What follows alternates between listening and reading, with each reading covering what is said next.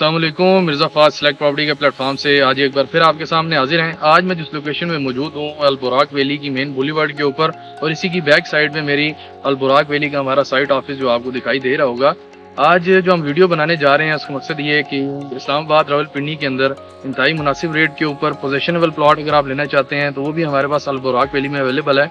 और इसी के साथ साथ एक खुशखबरी जो कि हम अपने मौजूद नाजरीन को देना चाहते हैं। अल बुराक वैली में फर्स्ट टाइम हमने इंस्टॉलमेंट के ऊपर एक ऑप्शन लेके आए हैं जिसमें मिनी रेजिडेंशियल प्लॉट, जिसमें 3 मरला और 4 मरला के प्लॉट्स इंतहाई आसान हिसाब के ऊपर 1 साल के टाइम पीरियड पे आप ले सकते हैं, जिसकी 30% आप डाउन पेमेंट करके बाकायदा अपने प्लॉट की लोकेशन विजिट कर सकते हैं, लैंड आकर देख सकते हैं, जिसका पोजीशन हम तकरीबन 6 माह में आपको देंगे और 1 साल के अंदर अंदर आपने इसकी टोटल अमाउंट क्लियर करनी होगी। हम आपको लेके चलते हैं उसके मौके के ऊपर जहाँ पे ये प्लॉट्स हमने लॉन्च किए हैं और ये बिल्कुल जो इसकी लोकेशन बनती है तबलीगी मरकज़ के एग्जिट गेट के साथ बनती है।